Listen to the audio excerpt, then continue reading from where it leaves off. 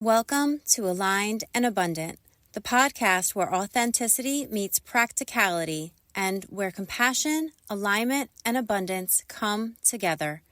I'm your host, Christine Marcario, here to help you slow down, become more mindful, and elevate your mental and emotional well-being so you can live life on your highest timeline. Before we dive in, I want to share a little slice of joy from my own life. This weekend, we had our first snow here in New Jersey, and it was absolutely beautiful to see. As I watched the snow fall, I found myself envisioning the smell of homemade cookies, and, as if by magic, a friendly neighbor surprised me with a fresh batch. That's manifestation at its best. It was a sweet reminder of the simple joys and unexpected kindness that can fill our days. We also celebrated a fun birthday party made even more special by a surprise visit from Saint Nick himself. These moments of connection and delight are what make a house feel like a true home. Today's episode is extra special because I'm joined by some wonderful guests who bring their own unique wisdom and experiences to our conversation. I'm sharing a powerful conversation I had with Kelly Tibbitts, host of the Live a Vibrant Life podcast, and Shabana Knight, host of Organized Chaos Stories with Shabana. Together, we dive into people-pleasing, boundaries, emotional labor, and what it actually looks like to choose yourself without guilt. We talk about why authenticity can feel uncomfortable at first, how setting boundaries can transform your relationships, and simple ways to protect your energy, especially during family gatherings and high expectation seasons. This is a conversation about rest, alignment, and remembering that you are allowed to feel good and live abundantly. If you're ready to release pressure, soften expectations, and come back to yourself, you're in the right place. Let's dive in. Hey friends, I'm so glad you're here. I'm Kelly Tibbitts. I'm the host of the Live a Vibrant Life podcast, and I love helping moms align their energy so they can live a vibrant life. Hi, I'm Shabana Knight. I'm here from the Pacific Northwest. I'm a mom of 3 teenagers, and I am the host of Organized Chaos Stories with Shabana. It's a wonderful podcast that I just started this fall. I love helping stressed out moms get organized, declutter their houses, and feel more peace in their home. And I love talking, and I love playing Scrabble. I just love people, and I love helping them feel more peace in their home. We were starting to notice that as the Christmas holiday is getting closer, we're trying to stay aligned to what we know to be true. People have expectations, and we're a bunch of recovering people pleasers. Yeah. And yeah. I'm so glad we get to be together. I love both of you, love following you, love learning from you. One of my favorite things about being in the Kathy Heller program is we just keep meeting these really aligned souls that you just want to spend more time with. I started off by saying we're all recovering people pleasers. My whole life, I used so much of my energy trying to help other people have good thoughts and good feelings because I didn't know that was up to them. My thoughts are created by me and their thoughts are created by them. As I started to do this work and became a different person, it was amazing to me how people are like, kind of liked the other version of you better. Somebody said, you're just not nice anymore. I'd say that's true because nice often came with me lying at my own expense. I overgave and I became sick. I might not be as nice anymore, but I'm authentic. What have you discovered as you moved from people pleasing to healthy? I think authenticity trumps people pleasing any day. I think that as we rise and we come more into our authentic selves, some people don't resonate with that anymore because maybe they're hiding behind their own people pleasing. It's one thing to be polite, but it's another thing to be doing it at your expense. Yeah. I think for so long, I didn't realize I was a people pleaser, and it just showed up in so many ways. And specifically being a mom, I would just give and give to my kids. It was finally my husband that was like, you need to stop. You do everything for everyone. You need to start taking care of yourself. You need to take care of yourself. And I was like, what are you talking about? Like, I'm just trying to be nice and be helpful and make sure they do it right, whatever that means. When I finally pulled back the reins on them, I realized like, oh my gosh, I do this in every area of my life. I need to learn how to take care of myself. I need to learn how to say no. It was such a huge learning curve. And I realized I was just so burnt out. Now I'm like, I know how to take a nap and not feel guilty. I know how to snuggle with my cat. I know how to just drop everything and go take a walk and not feel bad about it. I didn't realize how much guilt and shame I had just to make everybody happy. And I wasn't happy. These recovering people pleasers, we do this because at the core, we're trying to be loving. And what happens instead? We become resentful, we become overwhelmed, we become frustrated. We're really kind of annoying to be around because we overgave. So one of the things that you mentioned in your previous podcast was some of the simple things we can do during the holiday season. We can rest, we can hydrate, we can choose ourselves. And it is funny how when you're a people pleaser and an overgiver, you're like, I don't have any time to drink water. One of the programs I'm in with somebody who's a pelvic floor therapist, and she has to help all these women with pelvic floor problems because they don't even take the time to go to the bathroom. So I actually meet with a health coach and we're like, what's your next goal? To drink more water. So my tool is LMNT. It's a hydrating solution that I put in my water. What do you do to rest, hydrate, and choose yourself? I start winding down the evening with a bath.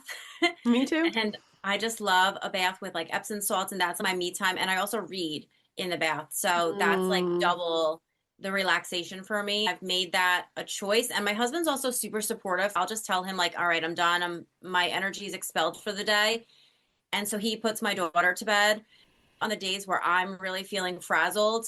When she goes to bed, I'm off duty. My boys are older, so they'll just come in and they'll tuck me in sometimes. They're like, all right, good night, mom. We can see you're done. And so kind of like it just trained my family on giving me the time and the space that I need. Yeah. And if I need to, again, I'll just go outside and also just touch the ground, just touch the earth or look up the night sky. Like just take that moment, take that breather. I remember when I first had my first son and my mom said, it was good advice. Like if you ever get frustrated or overwhelmed, which happened a lot, just go outside for 5 minutes. And that really stuck with me. And it's something that I still utilize to this day. Like I have 3 kids and sometimes they're wrestling. And so I will just go, all right, I'm going outside for 5 minutes. And then I just come in a little bit calmer. Yes. Yes. I have 3 kids too. I don't think I knew that we all did. Shabana, what do you do to rest, hydrate, and choose yourself? So I'm the same way. I finally let go of control in my household, which feels really good. Sometimes I let things be messy and I'm just like, you know what? I can wait till tomorrow to let the dishes be done. Or I will just delegate and be like, I'm going to bed. I'm done. It's making sure I'm drinking water. It's letting things be messy and surrendering. And then taking walks, or I'll call Christine if I'm like, I'm going crazy. Or sometimes it's going for a drive and screaming in your car, like, I'm done. In the Kathy Heller program, I learned the power of music. And so sometimes that is the gift you give yourself. You go in the car and you put on that song and you sing and you start to feel better. But how many times before we started to do this self-development work did we clean the kitchen when we were tired and then you drop the plate or you spill something and everything takes 20 times as long and it doesn't work out anyway? That ability to say, you know what, I am done. I'm going to go to bed. It's 8 o'clock. But then tomorrow morning at 6, my energy returned. What we're basically talking about are boundaries. Deciding in advance, this is what I will do and this is what I won't do. If I'm exhausted, I'm going to go take the Epsom salt bath, which again, huge for me. I think I take an Epsom salt bath every single night. It's just how I recover. Boundaries can look like so many different things. My children are all adults. And when they come home, I have this conflict in my head of I need to spend every second and do everything for them, and I need to take care of myself so that I'm enjoyable to be around. And it's this constant back and forth. When they came home in 2024, it became like really loud and really a lot. And one of my friends was offering yoga in the middle of the day on Thanksgiving.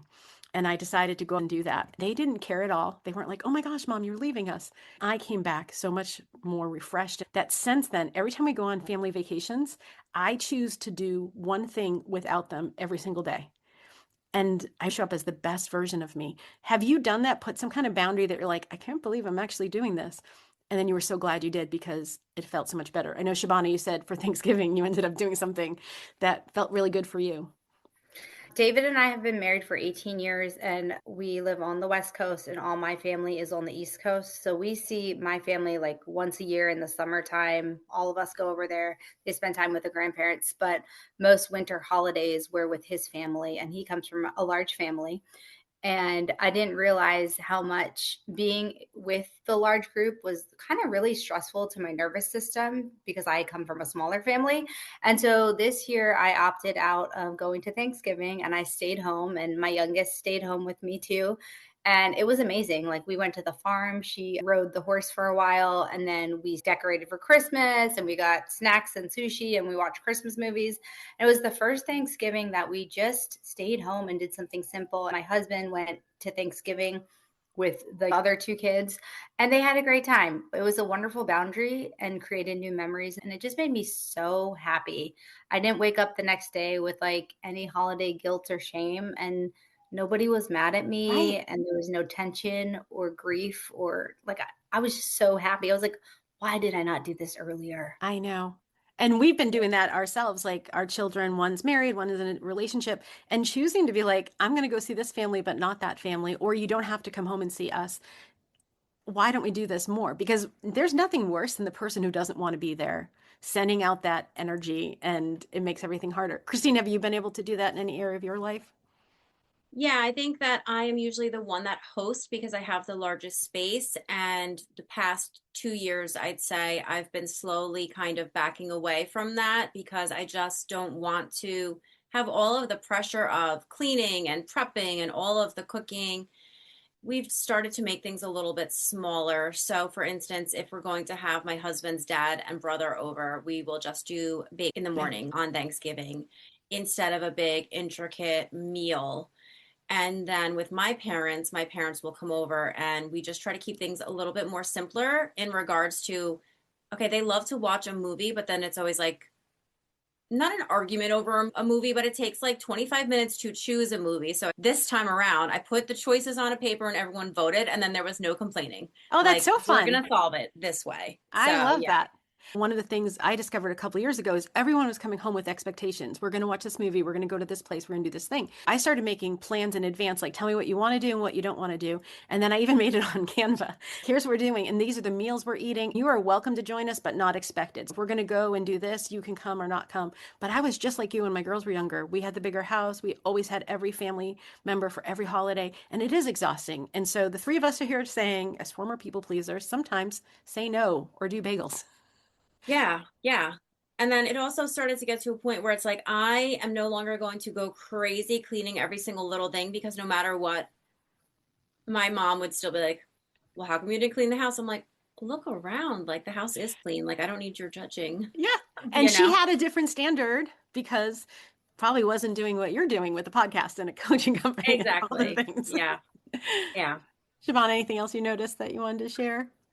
For whoever's listening, just giving them permission to do it sooner. Don't wait the 18 years. Sure, try your best to be on the same page as your spouse or partner, that like, hey, you know what, like, maybe you can't just completely not go to the family event, but maybe set up a plan or a code word. Or sometimes people will tap their shoulder and that's a cue to the spouse to come over and give that person a hug. In the episode, I said, text your best friend a code word and then they'll call you right away. Like, if I would text Christine like guacamole and she'll know to Mhm. call me. And then, oh, I got to go outside and take this phone call real quick. And then I go take a 10-minute walk so I can just recenter myself before Right. going back into the holidays with family. Having those little things in place so you can survive the holidays. You drive separately and you show up late and you leave early. Thinking it through to make it better for yourself. And you don't have to go to holiday events, stay the whole time, and like be thin as a pancake. Like, Right.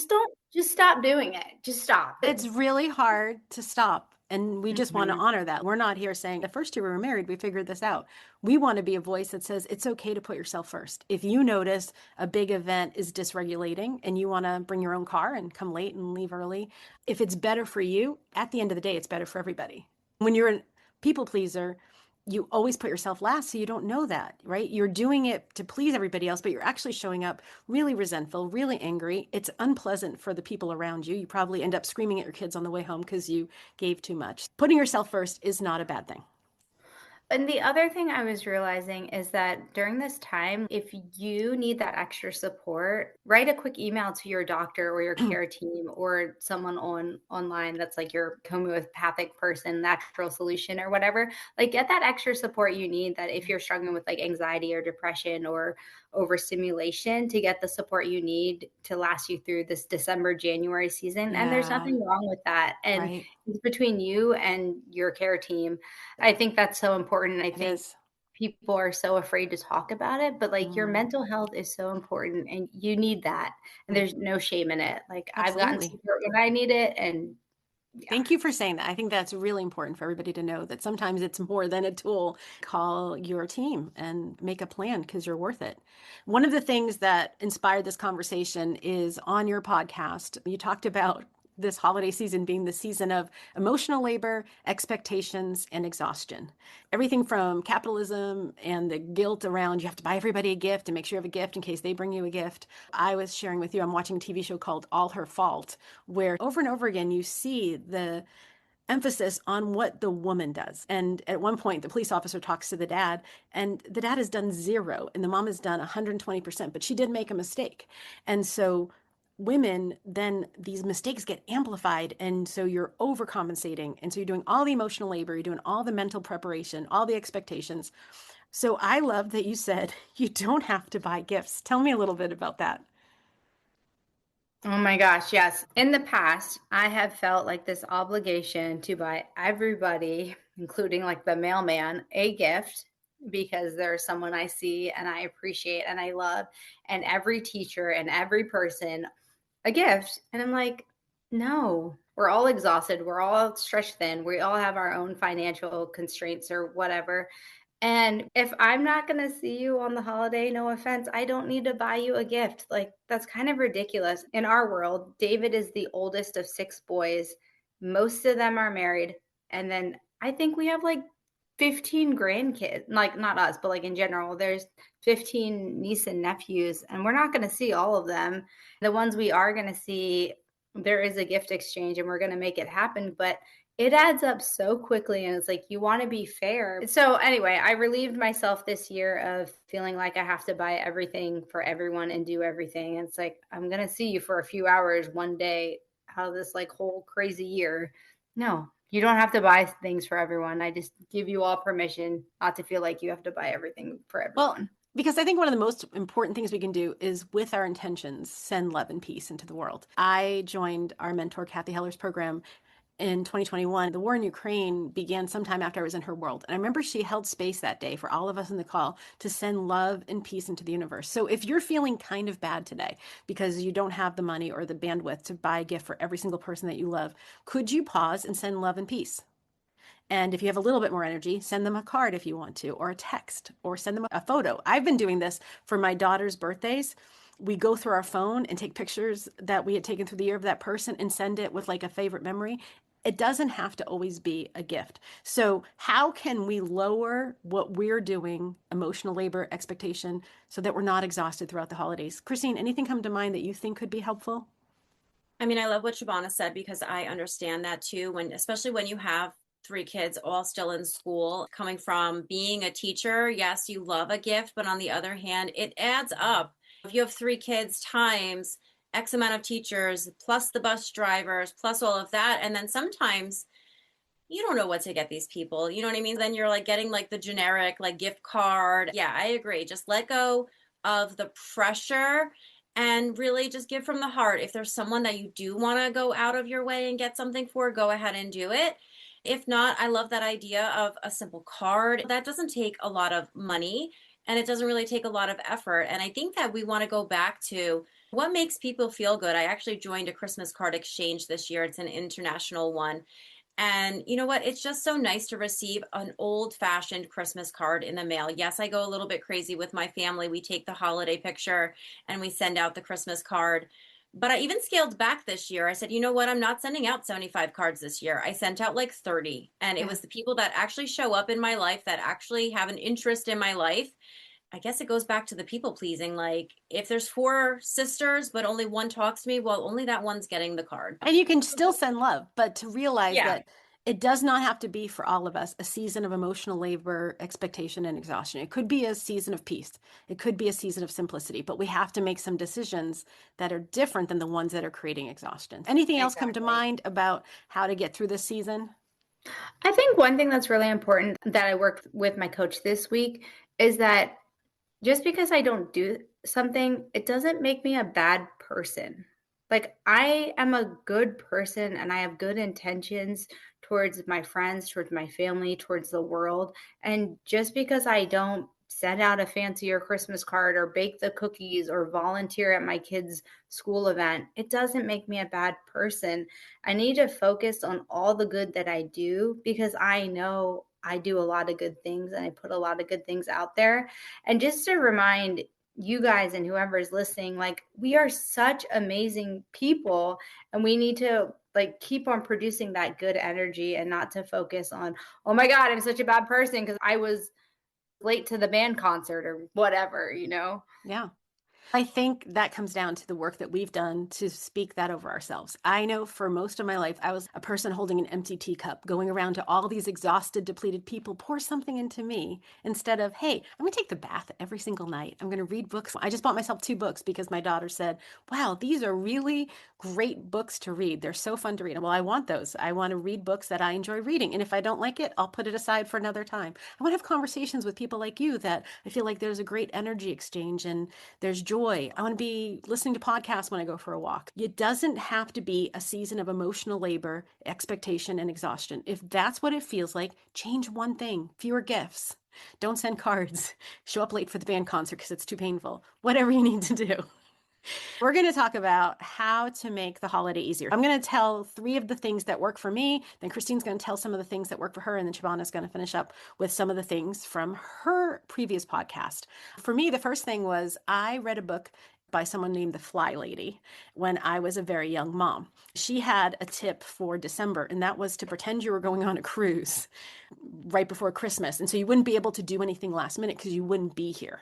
I used to pick December 1st as the day. And so I couldn't do anything after December 1st. I had to have it all done. And how it served me with 3 little kids, there's so many ballet recitals and Christmas concerts and Christmas cookie exchanges. Like, all this extra stuff came into my life in December, and I was already running at capacity.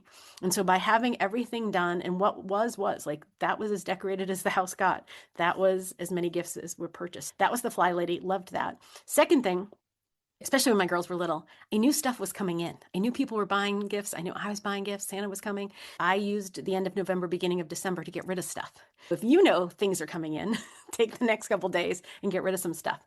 And then third, self-care on repeat. And for me, it's like what Christine said. It's a bath every single night with Epsom salt and battery-operated candles. I'm going to add the reading of a book. I've been listening to music, but I'm going to add the reading of a book. Those 3 things to me will make my holiday easier.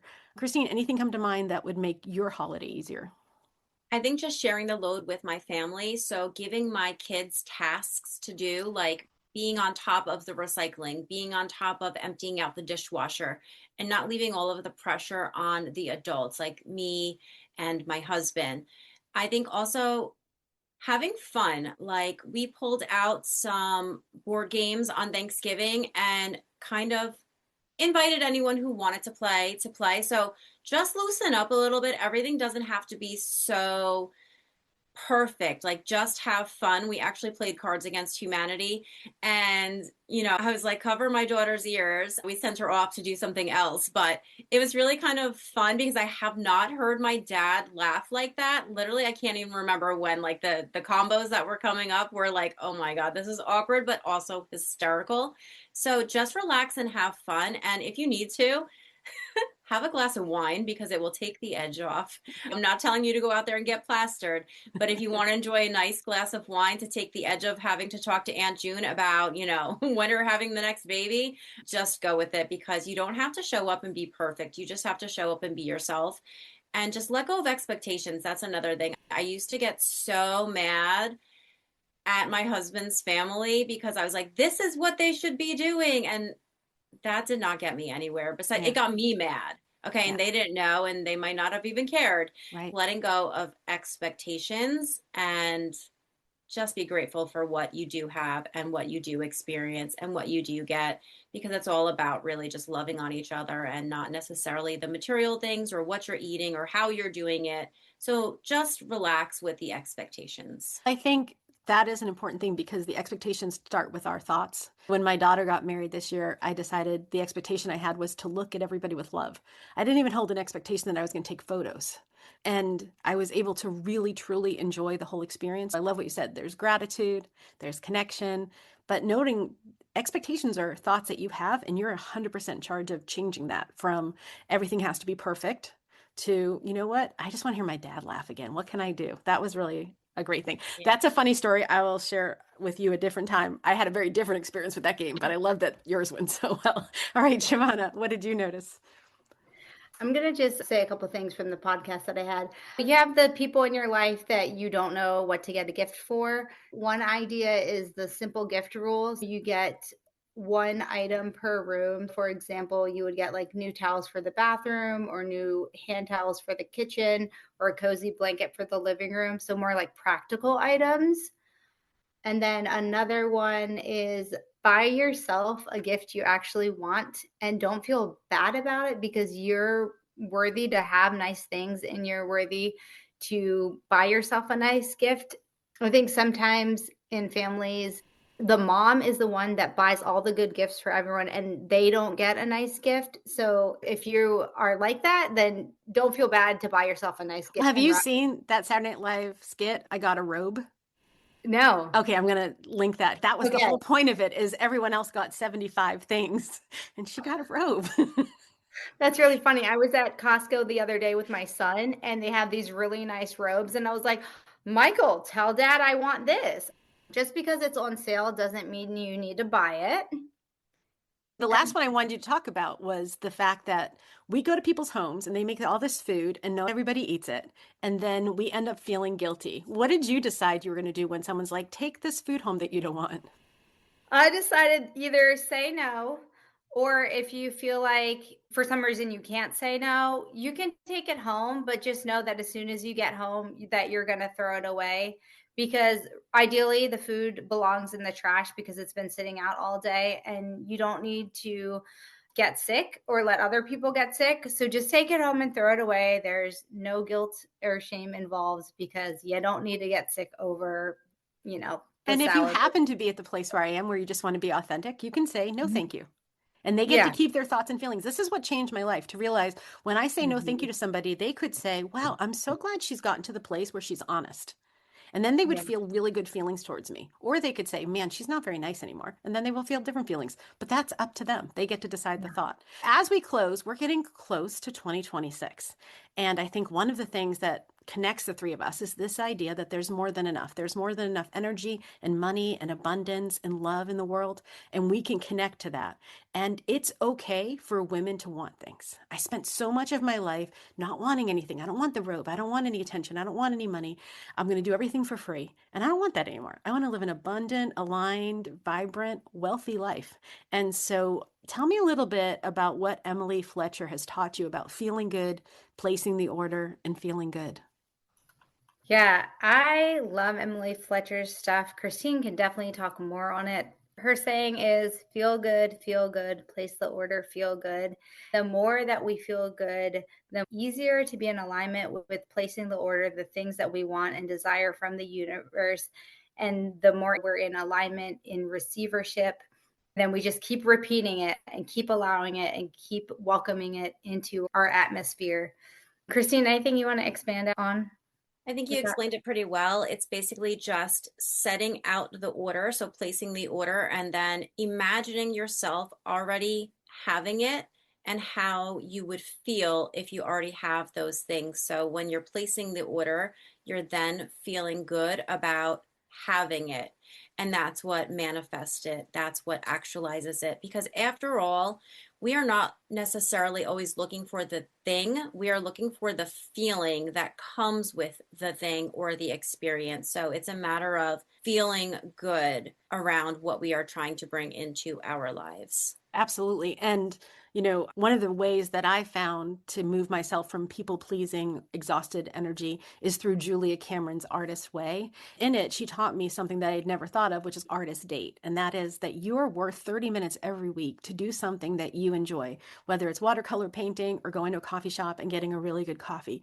There are tools that can help support people to feel good, to notice what they want, and to feel good again. It's part of why we are all coaches, is we like to walk alongside people and help them learn these things, because we were rewarded with praise for doing things that were past our capacity, that we were praised instead of given money. One of the things from that TV show that I was talking about, All Her Fault, is both of the women said, I'm sick of everyone telling me how amazing I am. I'm tired of being amazing.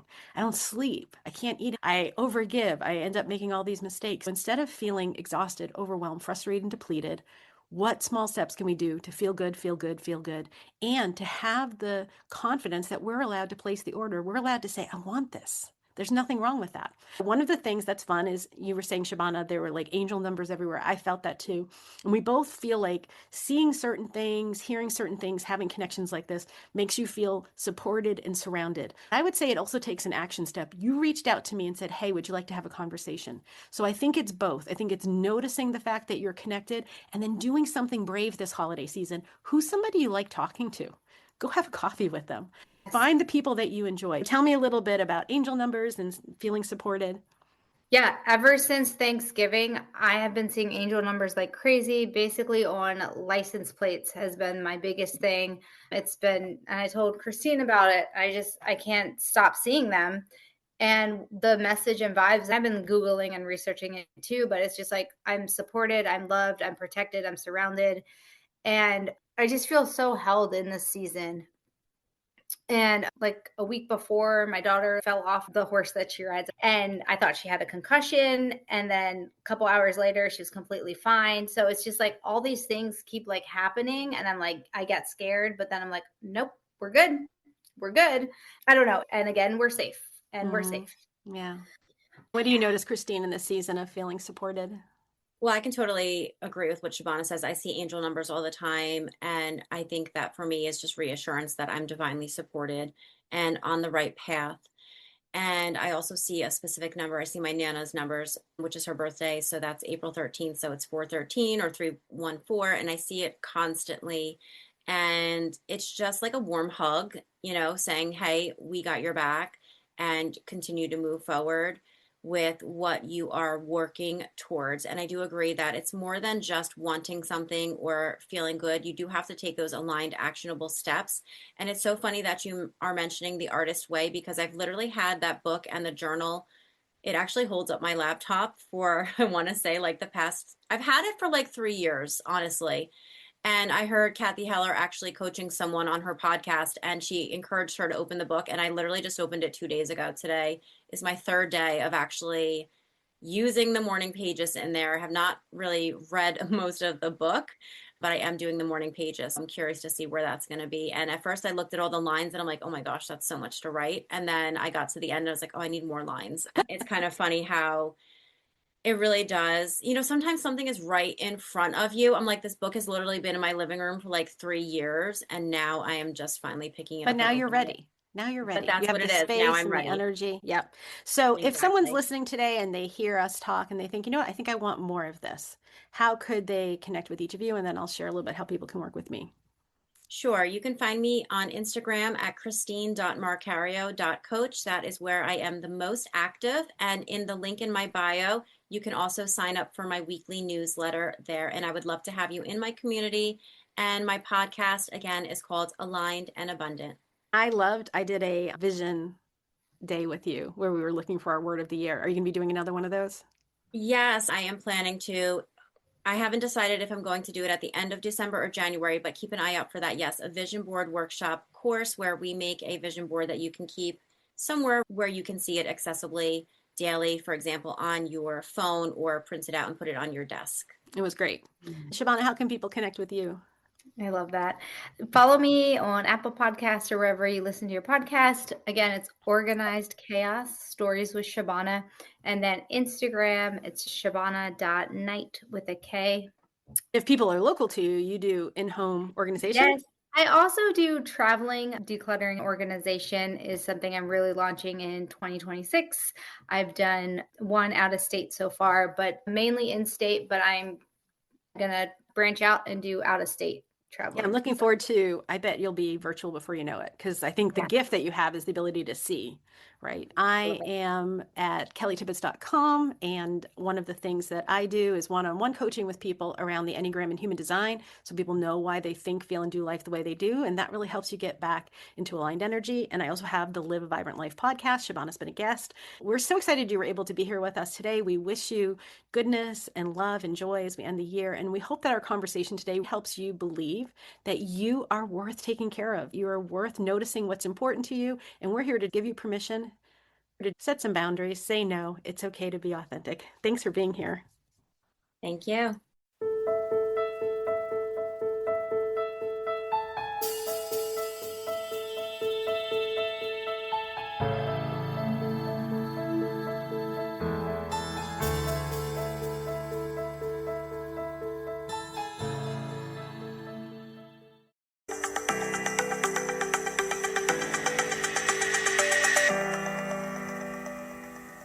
If you've been feeling the pull for deeper transformation, real, lasting change that starts from within, I'd love to invite you into transformational one-on-one coaching with me.